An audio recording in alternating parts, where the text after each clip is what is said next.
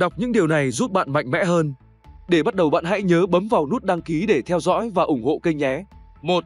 Bất kỳ một sự đả kích nào cũng không nên trở thành cái cớ cho bạn sa ngã. Bạn không thể thay đổi thế giới nhưng bạn có thể thay đổi bản thân mình. Việc cần làm là chọn lựa một con đường đúng đắn và kiên trì bước tiếp. 2. Đừng bao giờ thay đổi mình vì người khác.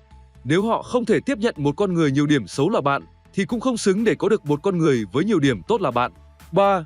Thực ra, con người luôn ngược đời. Người yêu bạn chiều chuộng bạn thì bạn không thèm. Người lạnh lùng, ơ hờ với bạn thì bạn lại theo đuổi mãi không thôi. Cuối cùng, người bị tổn thương đầy mình là chính bản thân bạn. 4. Sự lợi hại thực sự không phải là bạn quen biết bao nhiêu người, mà là vào lúc bạn gặp hoạn nạn, có bao nhiêu người quen biết bạn. 5. Tiền xu luôn tạo ra tiếng động nhưng tiền giấy lại luôn im lặng. Vì thế khi giá trị của bạn tăng lên hãy giữ cho mình khiêm tốn và nói ít đi. 6. Thượng đế đóng cánh cửa của bạn lại, thì đồng thời dùng một cánh cửa khác để kẹp đầu bạn. Nếu bạn nghĩ rằng cuộc đời chỉ có 2 cánh cửa đấy mà không chịu thoát ra tiếp. Còn cánh cửa thứ 3, cánh cửa này mở được nhưng là vực thẳm. 7. Cuộc sống là một bộ sách vô số chữ, mỗi người có cách đọc của riêng mình. Cuộc sống là một câu hỏi có nhiều lời giải, mỗi người có đáp án của riêng mình. Cuộc sống là một tách trà, mỗi người có cách thưởng thức của riêng mình. Những lúc không vui, hãy tự nhủ với bản thân rằng tất thảy của tất thảy chính là để cuộc sống thoải mái hơn, vui vẻ hơn, hạnh phúc hơn. 8.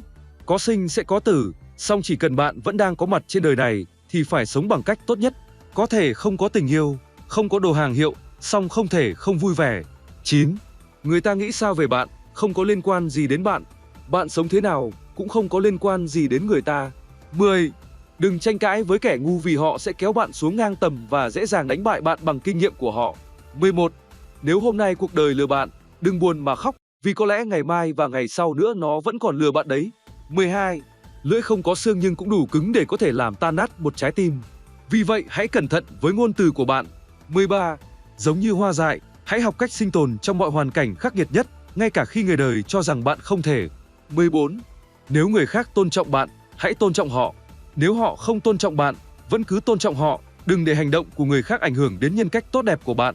Bởi lẽ, bạn chính là bạn chứ không phải là một ai khác. 15.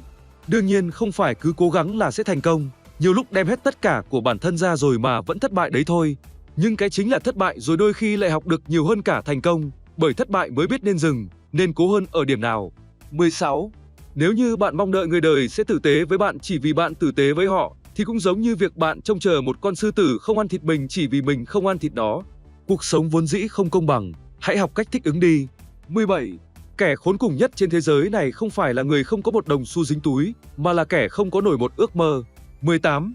Khi con sóng cuộc đời ập đến và dòng chảy làm thuyền bạn lật, đừng tốn nước mắt cho những điều đã qua, cứ an nhiên thả mình trôi theo sóng. 19. Để trở thành một ngôi sao, bạn phải tự tỏa ánh sáng của riêng mình, đi theo con đường của riêng mình, và đừng lo lắng về bóng tối, bởi đó là khi sao sáng nhất. 20. Khi cuộc đời đẩy bạn ngã xuống, hãy cố hạ cánh bằng lực, bởi vì nếu bạn có thể nhìn lên, bạn có thể đứng dậy, hãy để lý trí kéo bạn dậy. 21. Xấu chính là bệnh, nếu không vì sao thẩm mỹ viện cũng được coi là bệnh viện. Soi gương nhiều vào, dù có đau khổ, suy sụp ra sao, bạn cũng đã biết nguyên nhân.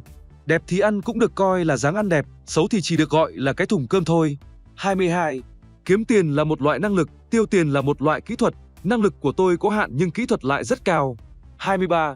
Không phải tiền bạc, sự nghèo khó mới chính là gốc rễ của mọi điều xấu xa và tội lỗi. Khi nghèo khó con người ta thường hay làm liều và không thể làm chủ được bản thân nên dễ phạm phải nhiều sai phạm và lầm lỗi. 24. Đừng nên trách móc bất kỳ ai trong cuộc đời này vì những người tốt đem đến cho bạn hạnh phúc, những người xấu đem đến cho bạn kinh nghiệm, những người tồi tệ đem đến cho bạn bài học và những con người tuyệt vời đem đến cho bạn kỷ niệm. 25.